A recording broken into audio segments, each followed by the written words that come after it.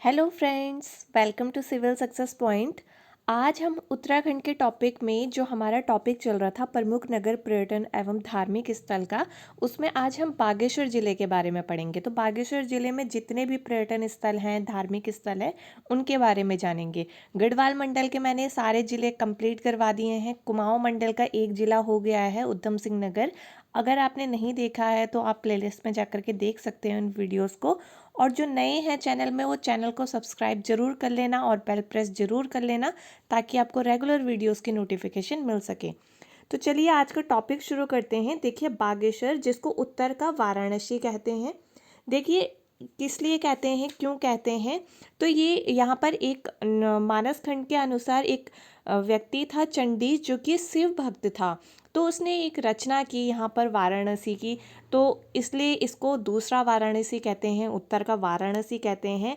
और बागेश्वर, देखिए बागेश्वर का मतलब क्या है कि बाघ के अवतार पर जो शिव यहाँ पर रहते थे, तो इसलिए इसका प्राचीन नाम जो है वो ब्यागेश्वर है और बागनाथ भी है। तो इसलिए इसका नाम जो है, इस जिले का नाम जो है बागेश्वर है। ठीक है, 1997 में इसे जिला बनाया गया।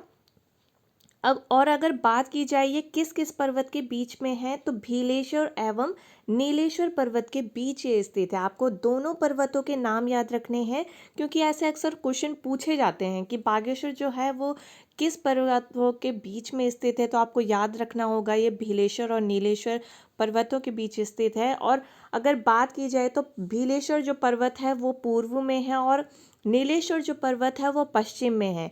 वहीं अगर बात की जाए उत्तर और दक्षिण की, तो सूरज कुंड जो है वो उत्तर में है और अग्निकुंड जो है वो दक्षिण में है। और देखिए, कुंड के नाम जो है आपको अच्छे से याद रखने हैं। ये सूरज कुंड है, यहाँ पर बात की जा रही है सूरज कुंड की। एक सूर्य कुंड है जो कि पिथौरागढ़ में, एक सूर्य कुंड है जो कि पिथौरागढ़ में, एक सूर्य कुंड यमुनोत्री में भी है, यानी कि उत्तरकाशी जिले में भी है। एक ठंडा कुंड है, एक गर्म कुंड है। तो इस तरह से जो कुंड का टॉपिक होगा वो भी मैं अलग से करवाऊंगी आपको, ताकि आप कंफ्यूज ना हो। इसलिए इसमें ज़्यादा बताना सही नहीं है, क्योंकि टॉपिक जो है वो कंफ्यूजिंग क्रिएट हो जाता है। इसलिए आपको बस ये याद रखना है, इस कुंड का नाम क्या है, सूरज कुंड है। ठीक है, अब देखिए बात करते हैं ये किन किन नदियों के बीच स्थित है। तो सरयू, जिसको मानस खंड में गंगा कहा है, गोमती, जिसको मानस खंड में यमुना कहा है। तो ये भी कई बार क्वेश्चन पूछा गया है, तो इसको भी आप ध्यान रखेंगे कि मानस खंड में जो है सरयू को गंगा कहा है, और वहीं अगर बात की जाए गोमती की, तो गोमती को यमुना कहा है। और अदृश्य सरस्वती का संगम है यहाँ पर। तो इन तीन नदियों के संगम पर जो है बागेश्वर स्थित है। ठीक है, यहाँ पर सरस्वती नहीं दिखती। ठीक, ऐतिहासिक स्रोत की बात की जाए तो बागेश्वर की जानकारी हमें कहाँ से मिलती है, जो भी उसके इतिहास है बागेश्वर का। ठीक है, तो ये मिलता है 9वीं सदी के कत्यूरी शासक जो भूदेव था, उसका प्रस्तर शिलालेख है। इससे बहुत सी जानकारी मिलती है बागेश्वर की। ठीक है, तो ये भी आपको ध्यान रखना है, एग्जाम में क्वेश्चन इससे बन सकता है। अब चलिए बात करते हैं जो कि आज का टॉपिक है, प्रमुख दर्शनीय स्थल की। ठीक है, तो हम बागेश्वर के प्रमुख दर्शनीय स्थल देखेंगे। तो सबसे पहले बात करते हैं बागनाथ मंदिर की। ठीक है, तो जो बागनाथ मंदिर है वो किन किन नदियों के बीच में स्थित है, तो गोमती और सरयू के संगम पर ये एक शिव मंदिर है। तो शिव मंदिर तो आपको पता ही चल जाएगा नाम से, बागनाथ से। ठीक है, और इसी के कुछ दूरी पर क्या क्या है, गौरी गुफा है, हक मंदिर है और चंडी का मंदिर भी है। तो देखिए, दो मंदिर और आपको पता चल गए, हक मंदिर और चंडी का मंदिर। तो तीन मंदिरों की मैंने यहाँ पर बात कर दी है, और एक गुफा की बात कर ली है जो है गौरी गुफा। ठीक है, कौसानी की बात करते हैं। कौसानी तो आपको पता ही होगा, बहुत ही ज़्यादा फेमस है। तो इसको भारत का स्विट्ज़रलैंड कहते हैं। ठीक है, और याद रखेंगे, भारत का स्विट्ज़रलैंड कहते हैं। वहीं उत्तराखंड के स्विट्ज़रलैंड, उत्तराखंड का मिनी स्विट्ज़रलैंड, इससे भी क्वेश्चन पूछे जाते हैं, तो वो टॉपिक में अलग बताया जाएगा। उत्तराखंड का जैसे मिनी स्विट्ज़रलैंड है, जो चोपता है। तो इस तरह से क्वेश्चन जो हैं ध्यान से पढ़ने होते हैं जो है एग्ज़ाम में, कि क्वेश्चन पूछा क्या गया है, क्योंकि ऑप्शन में आपको यही सब मिलने वाले हैं। ठीक है, आपको यहाँ पर ध्यान क्या रखना है, ये भारत का स्विट्ज़रलैंड है, और महात्मा गांधी ने अपनी यंग इंडिया में इसको स्विट्ज़रलैंड कहा है भारत का। ठीक है, प्राचीन नाम जो था कौसानी का वो था बलना। ठीक है, और कौसानी जो है वो कोसी और गरुड़ नदियों के संगम पर स्थित है, यानी कि बीच में स्थित है। ठीक है। पिंगनाथ पहाड़ी पर ये स्थित है जिसकी ऊंचाई 1890 मीटर है। कौसानी के समीप एक कत्यूरी घाटी भी है। ठीक है। कौसानी के निकट क्या क्या है देखिए, पिनाकेश्वर महादेव, बूरा पिन्नाथ और भकोट, ये सारे के सारे प्रसिद्ध स्थल हैं। ठीक है। तो देखिए पिनाकेश्वर महादेव एक नाम ये भी बताया मैंने आपको, तो ये अगर डायरेक्ट क्वेश्चन पूछ लिया जाए कि पिनाकेश्वर महादेव कहाँ है तो आपको याद होना चाहिए कौसानी में, यानी कि अगर जिले की बात की जाए तो बागेश्वर में। ठीक है। वैसे ही छोटी छोटी चीज़ें होती हैं जो कि टॉपिक के बीच में लिखी होती है और आप उसे इग्नोर कर देते हो, तो इग्नोर नहीं करना है। ठीक है। इसलिए मैंने जो चीज़ें अक्सर बच्चे इग्नोर करते हैं मैं उन्हीं चीज़ को हाईलाइट करती हूँ। ठीक है। बात करते हैं महात्मा गांधी कौशानी में कब आए, तो 1929 में आए। ठीक है। जहाँ पर वो रहे उस नाम को आज जो है उस जगह को अनाशक्ति आश्रम के नाम से जाना जाता है और यहाँ वो 14 दिन तक रहे। ठीक है।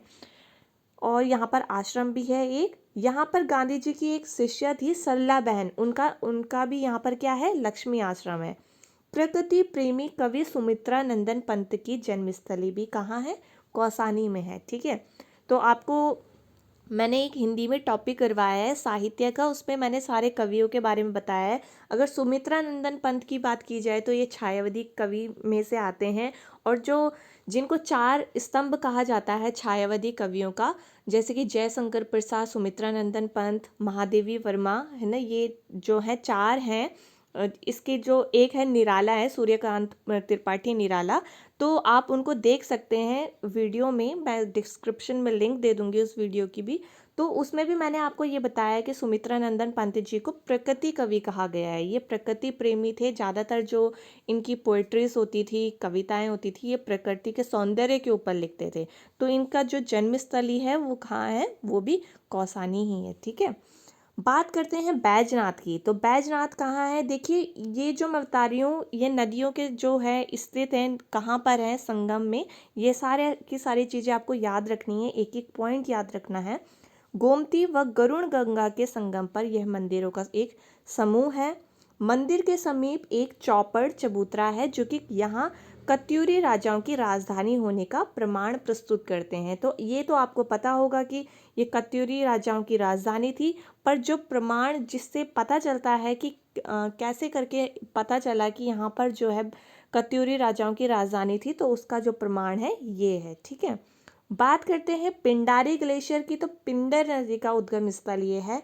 ठीक है। जो कि कर्णप्रयाग में जो है अलकनंदा से मिल जाती है पिंडर, वही पिंडर का जो है उद्गम स्थल जो है पिंडारी ग्लेशियर है, और वो कहाँ है, वो बागेश्वर में है। बात करें कितना लंबा ये है, तो ये 3 किलोमीटर लंबा है और 380 मीटर ये चौड़ा ग्लेशियर है। ठीक है। तो लंबाई और चौड़ाई वैसे पूछी तो नहीं जाती, पर फिर भी आप इसको ध्यान रख सकते हैं। ठीक है। अब बात करते हैं कोट ब्राह्मरी व नंदा मंदिर की, तो यह कत्यूरों की अधिष्ठात्री देवी ब्राह्मरी तथा चंद्रवंश द्वारा स्थापित नंदा देवी का मंदिर है। तो आपको ये भी ध्यान रखना है कि ये कत्यूरों की क्या थी, अधिष्ठात्री देवी थी। ठीक है। और चंद्रवंश द्वारा यहाँ पर स्थापित एक नंदा देवी का मंदिर भी है।